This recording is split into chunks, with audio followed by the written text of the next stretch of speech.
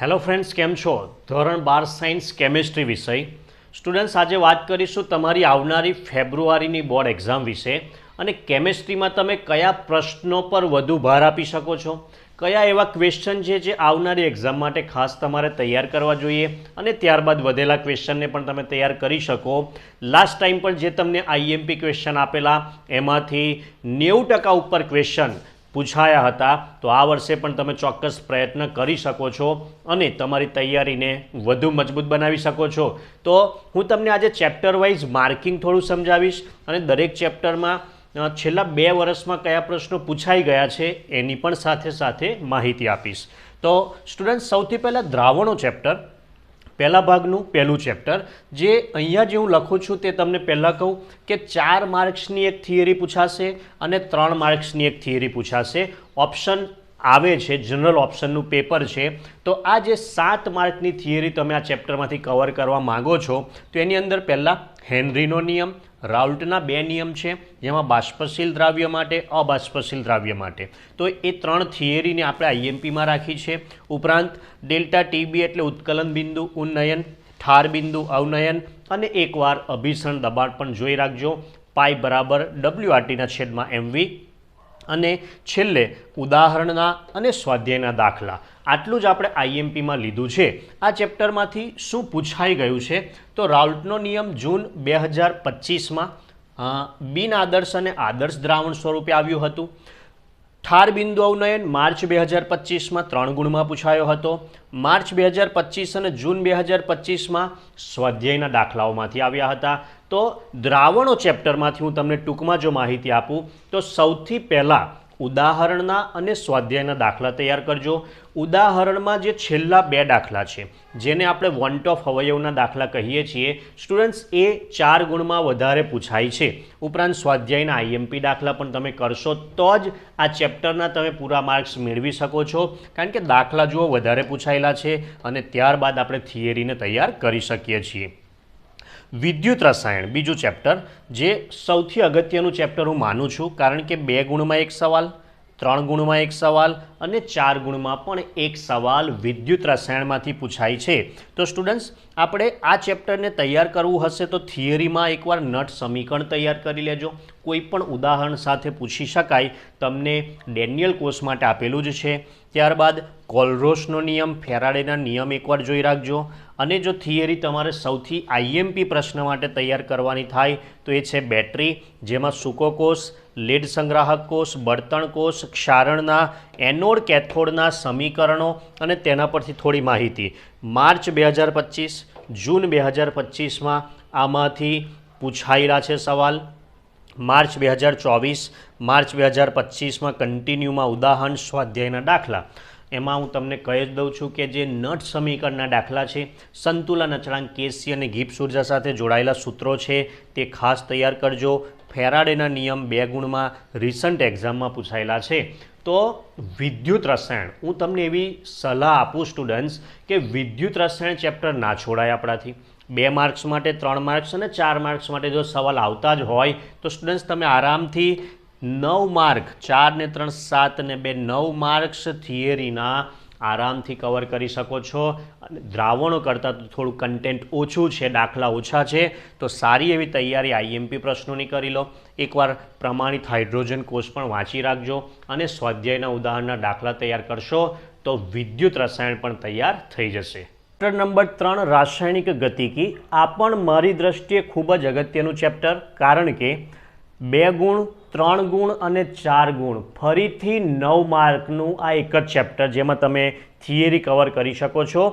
પ્રક્રિયાક્રમ અને આણ્વિકતાનો તફાવતથી શરૂઆત કરીએ તો એ તફાવત થિયરી અને એમસીક્યુમાં કામ લાગે છે.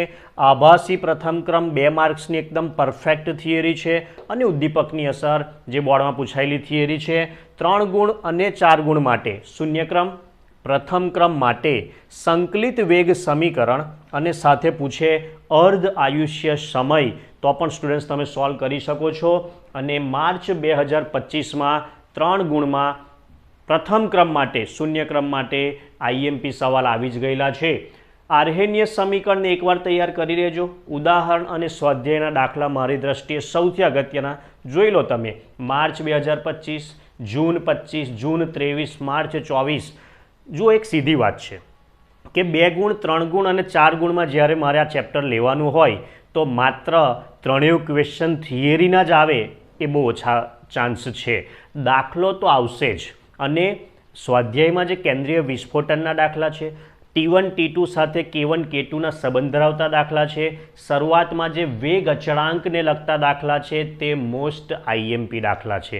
અને સ્ટુડન્ટ્સ, ઉદાહરણના અને સ્વાધ્યાયના જો દાખલા તમે કરી નાખો છો તો સમજી લો મારી વાત કે તમે આ ત્રણમાંથી 2 ગુણ, 3 ગુણ અને 4 ગુણમાંથી કોઈને કોઈ ક્વેશ્ચન તમે 100% અટેમ્પ્ટ કરી શકો છો, કારણ કે દાખલા આવવાના છે અને દાખલા તૈયાર કરશો તો આવડી પણ જશે. ડી અને એફ વિભાગના તત્વો, 2 માર્ક્સમાં એક થિયરી, 3 માર્ક્સમાં એક થિયરી માટે આ ચેપ્ટર તૈયાર કરવાનું થાય. આપણા KMnO4 અને K2Cr2O7 આ ચેપ્ટરની અગત્યની થિયરી છે, કારણ કે KMnO4ની બનાવટ અને ગુણધર્મો માર્ચ 2025, જુલાઈ 25 અને એકવાર K2Cr2O7 પણ 3 વાર મેં અત્યારે લખ્યું છે. 2 જ વર્ષના છે આ, 24-25ના જ પેપરો મેં અહીંયા લખ્યા છે, છતાંય તમે જોઈ શકો છો કે કન્ટિન્યુ પૂછાય છે. મેઇન એક્ઝામ નહીં તો રિપીટર એક્ઝામ. લેન્થેનોઇડ સંકોચન 3 ગુણમાં તૈયાર કરી લેજો. ઇલેક્ટ્રોનીય રચનામાં જેટલા તત્વોની આવે છે તે MCQમાં કામ લાગશે. ચુંબકીય ચાકમાત્રા મ્યુ, અયુગ્મિત ઇલેક્ટ્રોનની સંખ્યાના આધારે મ્યુની તમે કિંમત બોહર મેગ્નેટ્રોનમાં શોધો છો, તે MCQ થિયરીમાં. અને લેન્થેનોઇડની રાસાયણિક સક્રિયતા જે પાછળથી થિયરી આપેલી છે. મિશ્ર ધાતુ 2 માર્ક્સમાં, આંતરાલીય સંયોજનો, ઉદ્દીપક ગુણધર્મો 2-2 માર્ક્સ માટે વ્યવસ્થિત છે. સંક્રાંતિ તત્વ, બરાબર છે, માર્ચ 25માં 2 ગુણમાં પૂછાય કે ઝીંકને સંક્રાંતિ તત્વ નથી ગણતા પરંતુ સ્કેન્ડિયમને ગણીએ છીએ, તો એ કારણ ઇલેક્ટ્રોનીય રચના સાથે સમજાવવું પડે. લેન્થેનોઇડ અને એક્ટેનોઇડની સરખામણી ચેપ્ટરના અંત ભાગમાં એક થિયરી આપેલી છે, એકવાર વાંચી રાખજો. તો ડી અને એફ વિભાગ એક થિયરી બેઝ ચેપ્ટર, કોઈ દાખલા નહીં, સમીકરણો પર આધારિત KMnO4, K2Cr2O7 અને IMP પ્રશ્નોમાં પણ એ વધારે પૂછાય છે. આટલા પ્રશ્નો પહેલાં કરી લો, પછી સમયની અનુકૂળતા પ્રમાણે જે રંગની એક થિયરી આપેલી છે, રંગીન આયનો કેમ હોય, DD સંક્રાંતિ તરીકે ઓળખીએ છીએ, અને પોટેન્શિયલનો એક ટોપિક વાંચ. ચેપ્ટર નંબર 5, સવર્ગ સંયોજનો. સ્ટુડન્ટ્સ, તમને જણાવું તો સવર્ગ સંયોજનો ચેપ્ટર કરવા જેવું છે. કેમ? તો કે 2-2 ગુણની 2 થિયરી અને 4 માર્કનો એક પ્રશ્ન તમે અટેમ્પ્ટ કરી શકો છો. તો 8 માર્ક જો તમારે બેઠા જોઈતા હોય તો સવર્ગ સંયોજનોમાં એક વર્નરનો સિદ્ધાંત, અભિધારણાઓ સાથે, લિગેન્ડનું વર્ગીકરણ, એકદંતીય, દ્વિદંતીય, બહુદંતીય, કિલેટ લિગેન્ડ, IUPAC નામકરણ, સમઘટકતા તૈયાર કરો તો એમાં સીસ ટ્રાન્સ જેને ભૌમિતિક કહેવાય, પ્રકાશીય, બંધન સવર્ગ જલયોજન MCQ માટે, માર્ચ 25, જુલાઈ 24માં, લિગેન્ડમાં કિલેટ લિગેન્ડ અને હોમોલેપ્ટિક, હિટ્રોલેપ્ટિક બોર્ડ એક્ઝામમાં પૂછાયેલા છે. વર્નરના સિદ્ધાંતમાં અભિધારણાઓ માર્ચ 24માં પૂછાયેલી છે. સૌથી અગત્યનો સવાલ હું આપું છું તમને આ ચેપ્ટરનો, સંયોજકતા બંધન સિદ્ધાંત. મેં અહીંયા લખ્યું નથી, બાકી દર વર્ષે પૂછાયેલો સવાલ છે, એવું સમજી લો. તમને કોઈ પણ સંકીર્ણ સંયોજન આપે તેમાં સંકરણ, ચુંબકીય ગુણધર્મ, ચુંબકીય ચાકમાત્રા, તેનો ભૌમિતિક આકાર, તો એને વેલેન્સ બોન્ડ થિયરી આપણે ઇંગ્લિશમાં કહીએ છીએ, અને સંકરણ કઈ રીતે આપણે 6 લિગેન્ડ અને 4 લિગેન્ડ માટે છે, પ્રબળ લિગેન્ડ, નિર્બળ લિગેન્ડના આધારે. સ્ફટિક ક્ષેત્ર સિદ્ધાંત CFT કહીએ છીએ, તેમાં અષ્ટફલકીય સંકીર્ણ માટે તમારે સમજાવવાનું રહેશે. આ મોસ્ટ IMP સવાલ છે. માર્ચ 2023માં એકવાર 2 ગુણમાં ધાતુ કાર્બોનિલનો સ્વભાવ પણ પૂછાયેલો છે. આગળ વાત કરીએ હેલો આલ્કેન અને હેલો એરિન સંયોજનો. ઓર્ગેનિક સ્ટાર્ટ કરીએ છીએ, બીજો ભાગ. 2 ગુણની એક થિયરી, 3 ગુણની એક થિયરી, 7 માર્ક લઈને આવશે આપણું આ 6થું ચેપ્ટર. હેલો આલ્કેન અને હેલો એરિનની બનાવટ આલ્કોહોલમાંથી તમે શીખ્યા છો. હેલો આલ્કેનમાં તમે કઈ રીતે દ્વિબંધમાંથી કઈ રીતે બનાવી શકો છો. હેલો એરિન માટે તમે સેન્ડમેયરને વાપરી શકો છો. Name reaction Swarts, Finkelstein, Wurtz, Wurtz Fittig, Grignard, beta વિલોપન. અહીંયાથી તમને પરિવર્તનો પણ પૂછાઈ શકે છે. નેમ રિએક્શન એટલે નામથી 2 ગુણમાં પૂછાય. સ્વાર્ટ્સ પ્રક્રિયા પૂછાયેલી છે, વુડ્સ પ્રક્રિયા પૂછાયેલી છે. એક અગત્યની ક્રિયાવિધિ સ્વરૂપે 2 સવાલ તૈયાર કરીશું, SN1, SN2. કિરાલિટીમાં પ્રકાશીય ગુણધર્મ, પરિવર્તનો માર્ચ 25, જુલાઈ 25, માર્ચ 23. 2 ગુણના પ્રશ્નો તમે બોર્ડના પાછલા પેપર ચેક કરશો ને સ્ટુડન્ટ્સ તો તમને પરિવર્તનો જ દેખાશે. તો પરિવર્તનોની ખાસ પ્રેક્ટિસ કરી લેજો. પોલી હેલોજન સંયોજનો છેલ્લો ટોપિક MCQ માટે કહું છું, તૈયાર કરી રાખજો. ક્લોરોફોર્મ, આયોડોમિથેન, DDT એના MCQ પૂછાઈ શકે છે. તો આ વાત થઈ સ્ટુડન્ટ્સ 5મા અને 6ઠ્ઠા ચેપ્ટરની.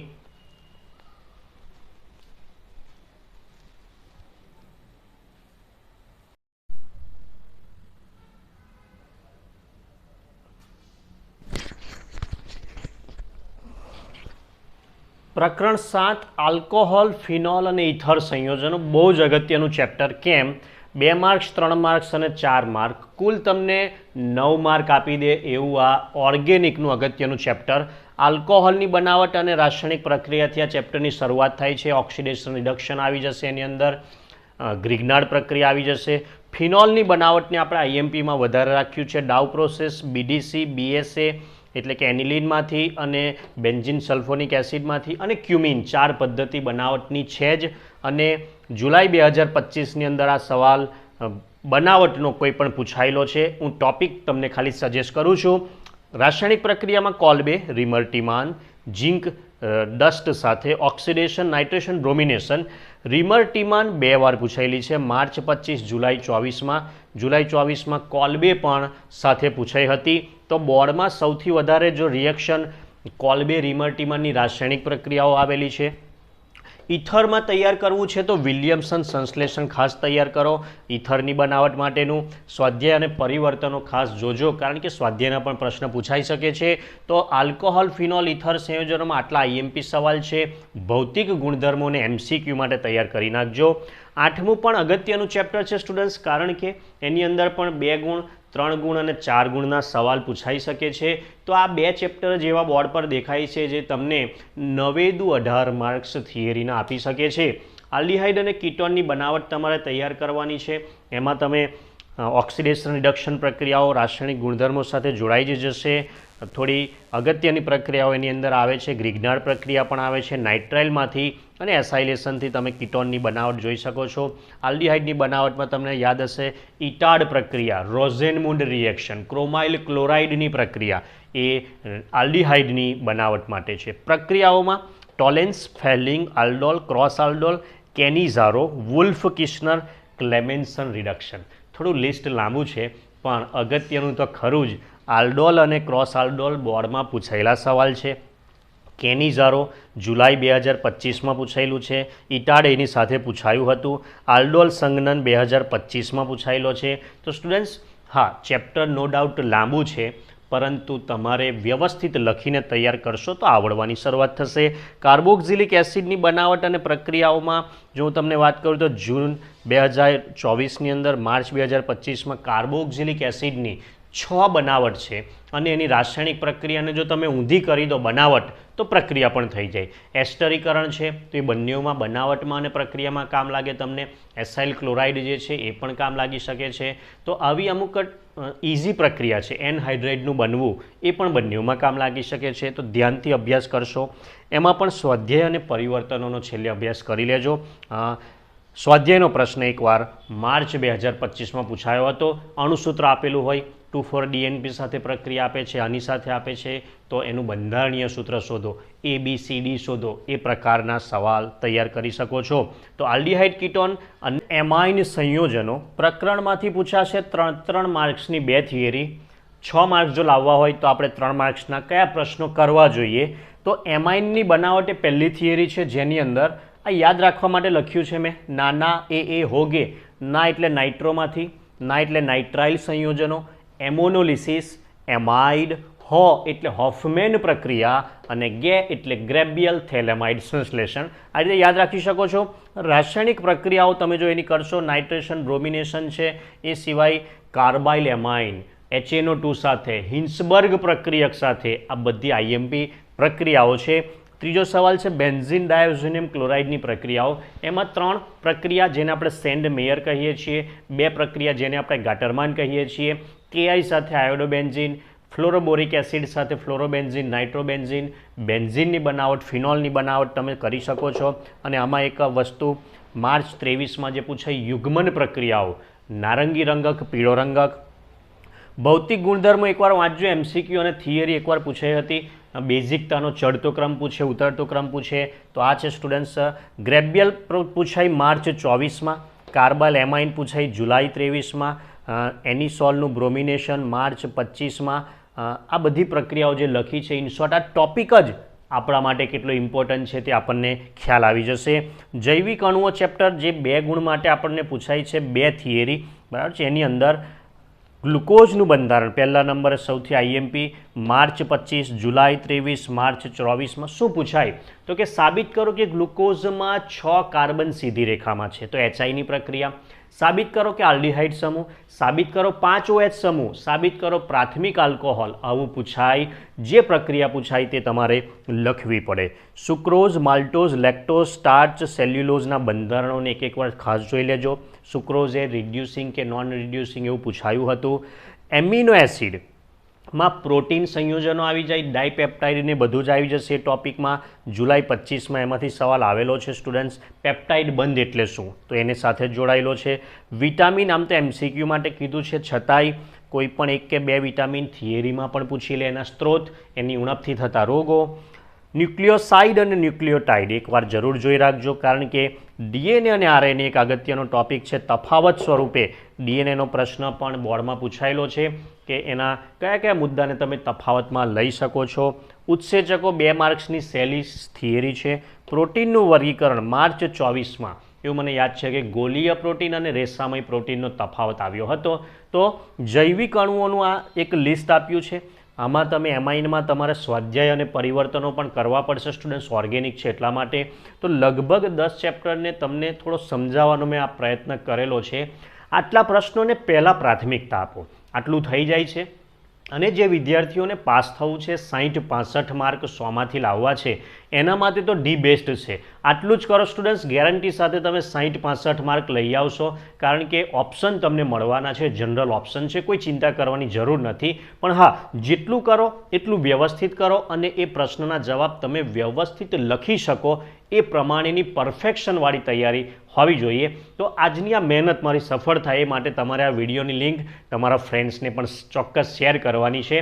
અને આવનારા સમયમાં બહુ જબરજસ્ત વિડીયો લઈને આવવાનો છું તમારા માટે. તો નવા જો હોય તો જોડાઈ જજો, સબસ્ક્રાઈબ પણ કરી લેજો. મળીશું આવા જ ઇમ્પોર્ટન્ટ ઇન્ફોર્મેટિવ વિડીયો સાથે. ત્યાં સુધી happy learning and best of luck.